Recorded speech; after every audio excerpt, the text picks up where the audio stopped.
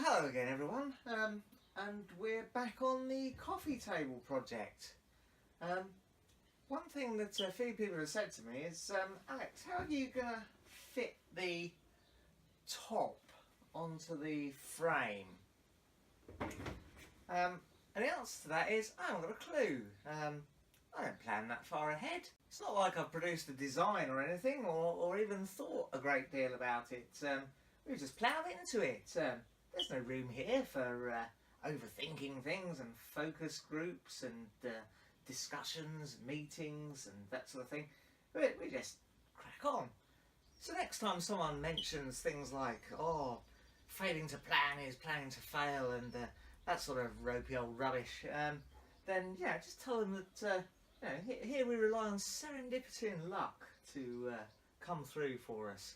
I mean, that sort of thinking obviously has its place, and very good it is too in some circumstances, but not here. Here we're just wild-eyed renegades dancing on the ragged edge of uncertainty. Nevertheless, though, it is a fair question, and I guess we have two options really. Got a bit of depth here, so we can just put a hole through here with a screw, just to go straight through there and into the frame, or we could make up some angle brackets to come off. I think I prefer the screw through here option, so I'll go ahead and mark up there, and we'll see if we can find some suitable length screws to go through. Okay, so sticking with the idea of not spending anything, I've got these number 8 by 1.5 inch screws. Oh, it's gone down the hole. Oh no, that's okay. Got it out again. Yes, got these number 8 by 1.5 inch screws, and I reckon they'll go through just enough to get a bite on the timber there. Well, I've marked these up now, and conveniently this is a 50 by 25 box, so I just marked in 25mm in from the edge, and we've got a 21mm overhang on the lip, so I've marked 11 up and then centre punched the centre. So we're ready to drill it. So we've got a 5mm drill bit in, which should be about right for our number 8 screws. So let's go ahead and oh dear, ooh. Yeah. So we should have marked it on the inside, shouldn't we? That would have been better. And we could have drilled it. Let's go and mark the inside instead of the outside. What an idiot.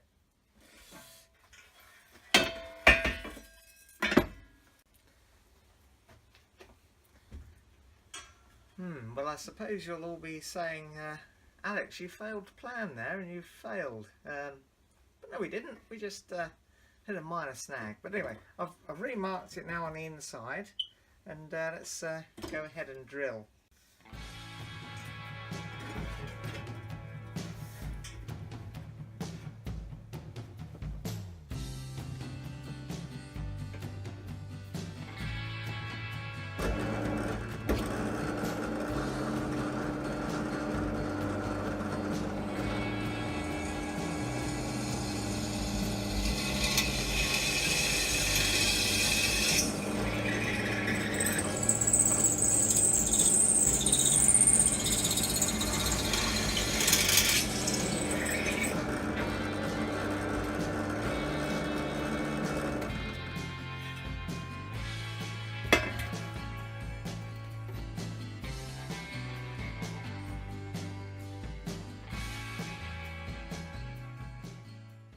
Oh, well, our number 8 screw goes through there a treat, so I'm just going to go ahead and clean up this with a bit of a file.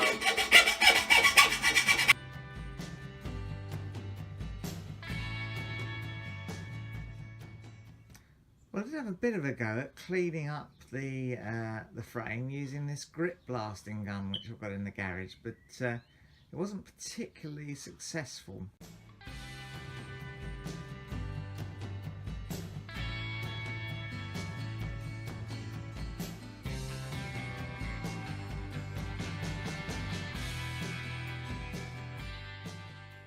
This is my compressor, and I think it's just not up to the job. It was always a bit ambitious trying to use a grip blast with such a small compressor, and probably doomed to fail.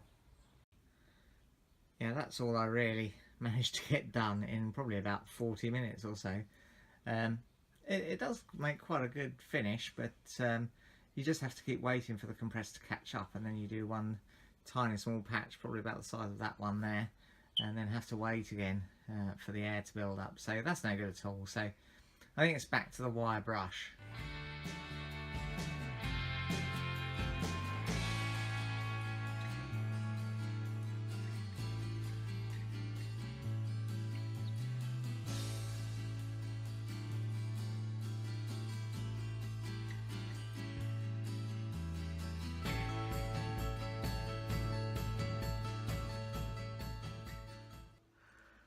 Oh, right. Well, I managed to.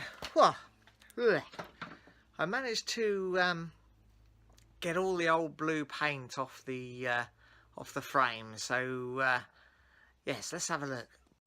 Well, there we go. Yeah, it's cleaned up pretty well. You can see there's little tiny scratches of blue. I'm not so worried about that because we're going to paint over it. And you can see there's not much left of my wire brush after that marathon session. We're now almost ready for painting. You can see I've put some polythene sheet up just to protect the stuff immediately behind where I'm going to be spraying. I'm not too worried about overspray getting on odd little bits and pieces because it's enough of a mess already, so that's not going to do much damage, but just want to protect the stuff immediately behind, really. Okay, so first I'm just going to wipe it down with some meths just to get any last remnants of grease and oil off it. Particularly this shelf, which might be a little bit greasy.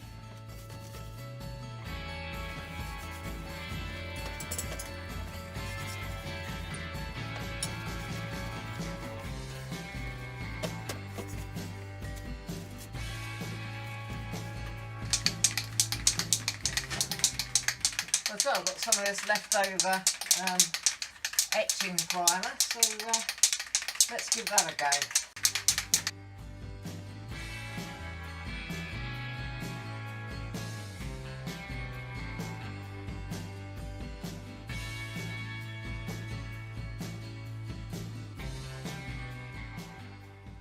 Well, there's not as much left of that as I thought, so I'm just going to let that dry a little bit, then flip it over and just make sure I've got some on the bottom there. And then that'll do for a primer, I think, just enough to give the top coat a bit of a key.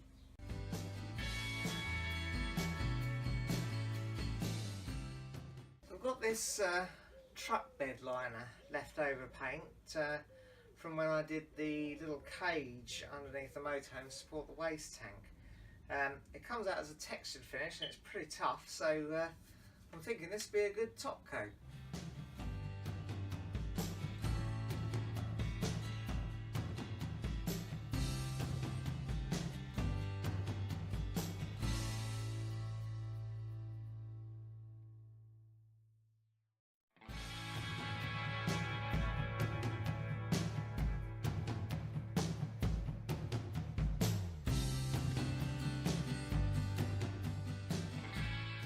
Well, there we go. There's the finished painted frame.